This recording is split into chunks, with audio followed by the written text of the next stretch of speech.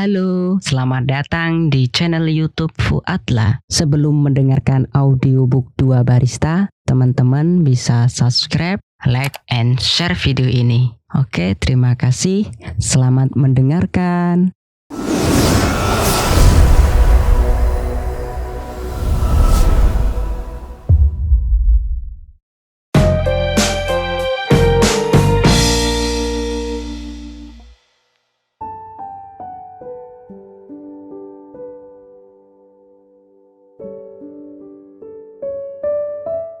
Mozaik 4. Masih kuingat kata-kata yang sering ia rapal malam-malam sebelum pernikahan itu terjadi. Sayang, kamu selalu the best dalam hidupku. Enggak semudah itu jatuh cinta pada orang lain.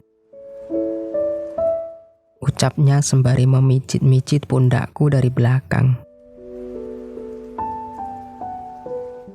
Andaikan kamu tahu cinta itu serupa botol dan tutup, nggak gampang masangin mereka berdua menjadi wadah agar air tidak tumpah.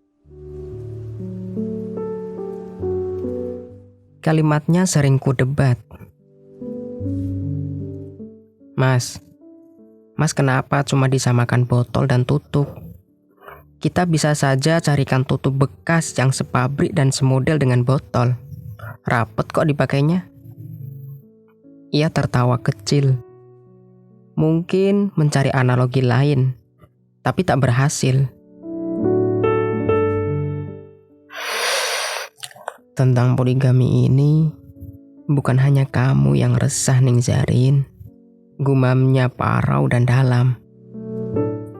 Ia tak meneruskan lagi dengan penjelasan lain. Namun aku tahu mata itu tak dapat berdusta, seperti berkaca-kaca, dan menatapku sesekali dengan mimik penuh welas asih. Tatapan yang sama dengan cara mertua menatapku, meski mereka tak mampu menampik harapan untuk memiliki keturunan. Kadang-kadang Mas Ahfaz juga mendadak romantis, macam toko film-film bioskop. Membawa buket bunga yang ia beli entah di mana. Ia selipkan coklat di antara bunga merekah itu. Dibawanya dengan senyum hangat yang merengkuh tubuhku dengan tangannya yang kokoh. Malam ini aku culik Tuan Putri biar gak kemana-mana. Ia kunci aku dalam rengkuhannya. Sebentar mas, aku mau keluar sebentar. Oke, aku yang antar. Jangan orang mau pipis, aku temani. Aku mules mas, mau nemenin juga. Boleh. Lalu ia membawa tubuhku dalam gendongannya, membiarkan aku berontak dalam dekapannya dan baru akan berhenti saat ia menurunkan aku di kamar mandi. Pangeran gak boleh jorok, aku tutup pintu dulu ya. Ia tertawa lebar dan kembali duduk di tepi ranjang. Sebenarnya ia memang lelaki yang baik dalam arti yang sesungguhnya. Dia memperlakukanku dengan lembut dan pengertian, menggunakan waktu dalam hidupnya dengan ritme yang jelas. Pergi keluar rumah hanya untuk pengajian, organisasi, kadang-kadang bisnis dan silaturahim. Tak pernah sekalipun aku mencurigainya atas kelakuan tidak etis yang berkaitan dengan perempuan. Tidak pernah. Ajaran-ajaran orang tua telah membentuk karakternya sedemikian rupa. Aku tak pernah meragukan cinta itu selama 5 tahun pernikahan kami. Ketika beberapa temanku curhat soal suami mereka yang diam-diam mengirim chat lain dengan mantannya, menyimpan barang atau menyimpan foto dan membandingkan mereka dengan wanita lain. Aku justru terharu mengingat sikap suamiku yang selama ini tak pernah komplain itu soal penampilan. Mas Ahfaz justru selalu mengagumi caraku bersolek. Hari demi hari, ia perhatian pada detail-detail gaun baru yang aku kenakan dan akan melontarkan pujian kecil yang menyenangkan. Ia sering mengajakku makan sepiring berdua, menyuapiku jika sedang malas menyentuh sendok, bahkan membuat surprise dengan dabuh pada santri khodam untuk membuatkan menu-menu yang aku suka. Ya, hal-hal itulah yang justru kini menciptakan rasa sepi dalam jiwaku meski hanya ditinggal menginap semalam di rumah Mei. Semua sikap manis yang membuatku menyukai kebiasaan minum kopi berdua di teras tak lagi bisa kunikmati setiap hari.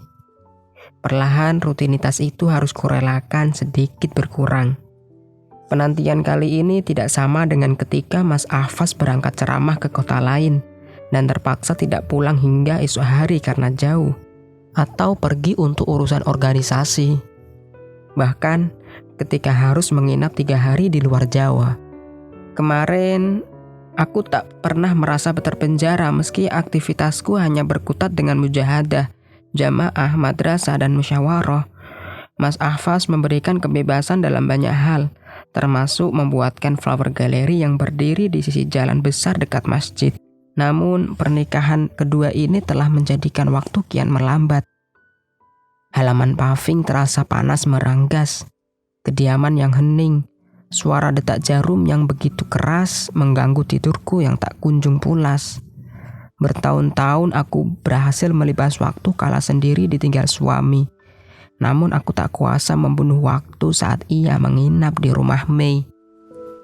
Sudah kunyalakan TV sejak pagi.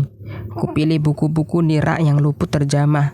Kutelepon sahabat-sahabatku, Ning Farah dan Ning Rima. Sekedar ngobrol membunuh sepi atau kembali fokus dengan menelaah kitab persiapan madrasah esok hari. Kitab itu kadang serupa kertas 3 dimensi yang menyeruakkan wajah Mas Ahfaz. Dia yang sering menjelaskan syarahnya hingga mudah dipahami. Kemudian justru di antara huruf-huruf terbayang wajah Mei yang bergelayut di dada Mas Ahfaz, mengintip mentari dari jendela dan menghabiskan hari bersama saling berbagi cerita atau sekadar menyuapi makan. Kata-kata manis yang dilontarkan Mas Ahfaz tentang tidak mudah membagi hati serta merta menguap. Nyatanya dia betah nginep di sana. Nyatanya WA aku belum di-read. Nyatanya dia juga rapi saat pergi ke sana. Lalu ku cecap rasa bahagia yang ambigu saat suamiku pun akhirnya pulang dan muncul di halaman rumah dengan penampilan yang selalu rapi. Ambigu karena aku akan senang melihat rambutnya tidak basah dan bau sabun mandi tak menguap dari tubuhnya. Tapi diriku yang lain menertawakan pikiranku sendiri. Aneh. Bukankah kamu mencarikan istri untuk memberikan keturunan? Lalu kenapa kamu takut ia akan menjamah suamimu? Pernah aku malas membuatkannya kopi karena melihat suamiku datang dengan wajah sumringah, mematut diri di cermin seperti lelaki kaum muda yang baru saja bertemu seseorang yang spesial di luar sana. Di lain waktu, aku sengaja menelponnya lama berpura-pura membicarakan santri yang kriminal, santri sakit atau pengurus yang mau menikah demi mengganggu saat-saat ia bersama Mei. Tapi saat kewarasanku muncul, aku membiarkan Mas Ahfaz menikmati malam-malamnya bersama Mei tanpa sedetik pun mengganggu. Aku akan menderas Al-Quran atau menonton film-film sedih yang membuatku merasa beruntung, tidak seperti tokoh-tokoh dalam film. Kini aku menyeduhkan kopi untuk diriku sendiri dan duduk di lantai atas sembari memandangi hamparan sawah juga gedung 3 lantai di seberangnya. Menghayati peran suamiku sebagai pemangku pesantren sebesar ini. Al-Amin adalah nama yang disematkan mertua untuk pesantren ini sejak 35 tahun yang lalu. Mengambil nama dari kakek Mas Ahfaz yang mengawali perjuangan di tanah Tegal Klopo, Mbah Kiai Amin. Gedung pesantren putra berlantai 3, megah berderet-deret di samping kiri dalam mertua hingga belakang rumah, dengan arsitektur berpaduan jendela gaya Spanyol dan Jawa. Berujung dengan masjid besar yang juga digunakan masyarakat untuk sholat Jumat di jalan masuk.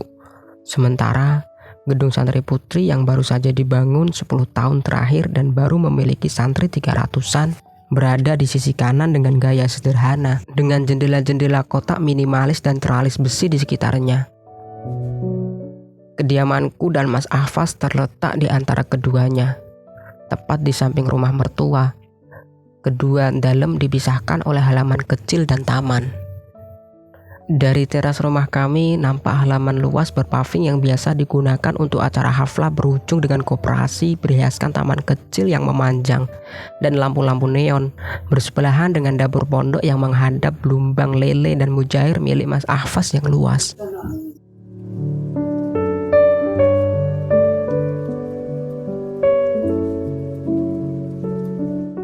Atas barokah para guru dan doa leluhur, pesantren ini telah berkembang pesat dengan 2.000 santri putra.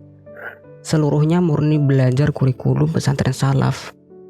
Abang mengambil jalan untuk mengajar santri yang fokus dan ahli dalam kitab kuning dengan standar tinggi, agar pasukan pemuda berkapasitas tak punah digerus oleh zaman yang serba instan. Alumni-alumninya mumpuni, tak kalah dengan sarjana luar negeri dan bersanad jelas.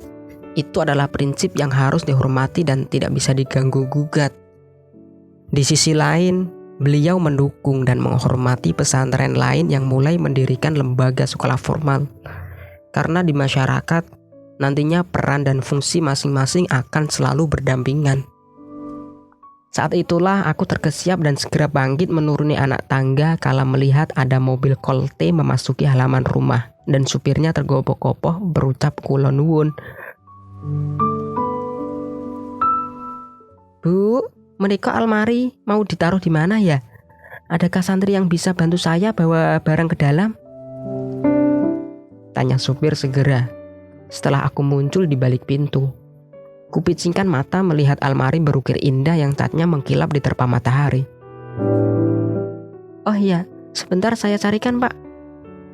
Pekikku gembira sebelum akhirnya menyuruh Kangkang datang. Kuperintahkan Afi juga keluar membawakan teh dan pisang goreng. Aku sempat menyentuh lemari itu dengan gemetar, karena hampir saja terkesan dengan cara suamiku lagi-lagi memberikan surprise di pagi hari. Silakan ibu tanda tangan di sini. Sang sopir mengangsurkan nota. Seketika aku lunglai oleh sebaris nama yang tertera pada kertas itu.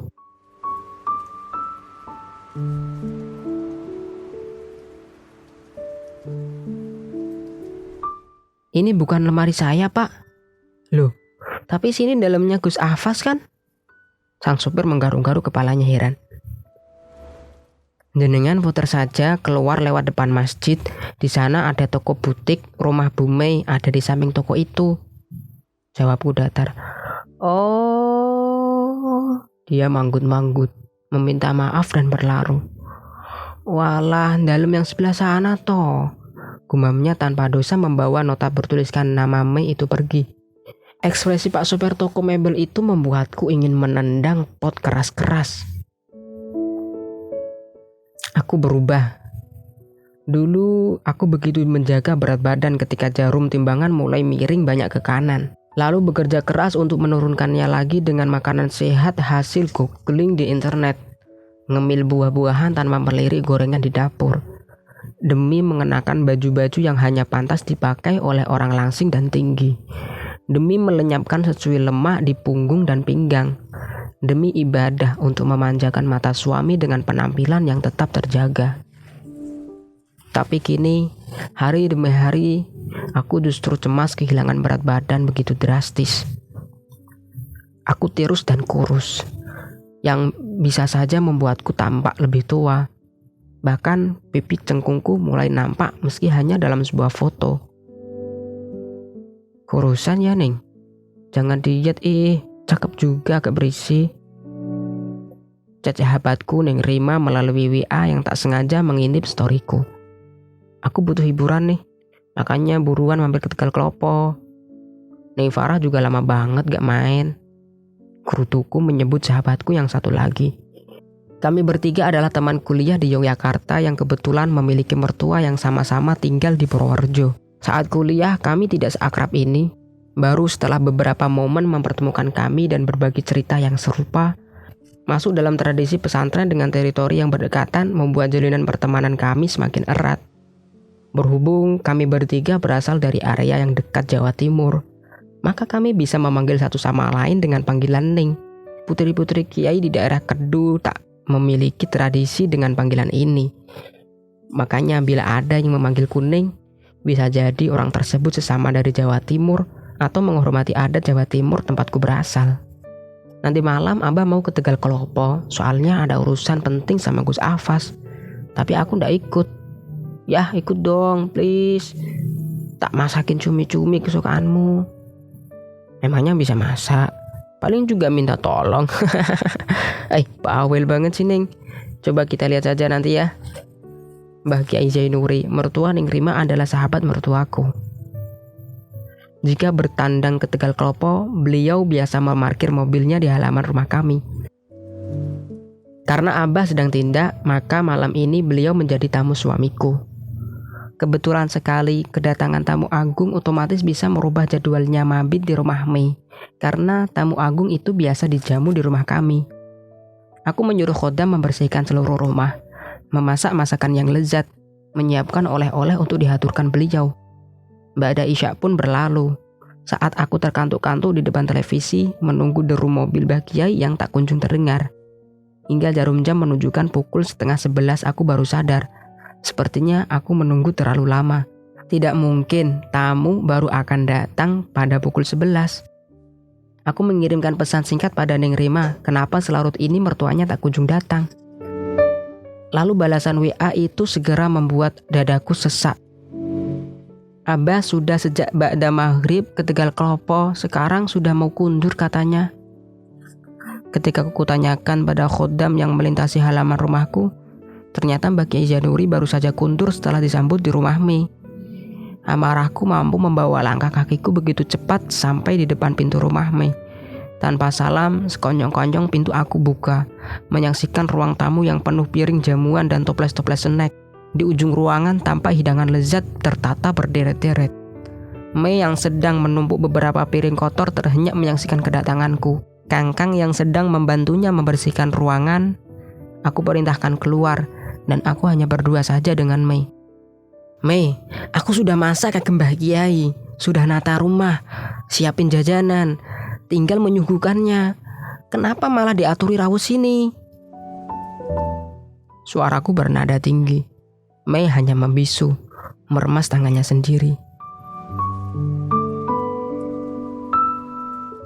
Kamu sadar, Mei? Apa yang kamu lakukan itu tak sopan, tak beretika. Baru juga sebentar tinggal di sini, kamu udah lupa posisi. Siapa yang menjadikanmu bisa tinggal di rumah ini, ha? Suaraku makin meninggi dan permintaan maaf Mei yang berulang kali pun tenggelam. Kamu tak perlu mencari alasan ataupun inisiatif untuk mengambil alih tugasku. Ora proyogi.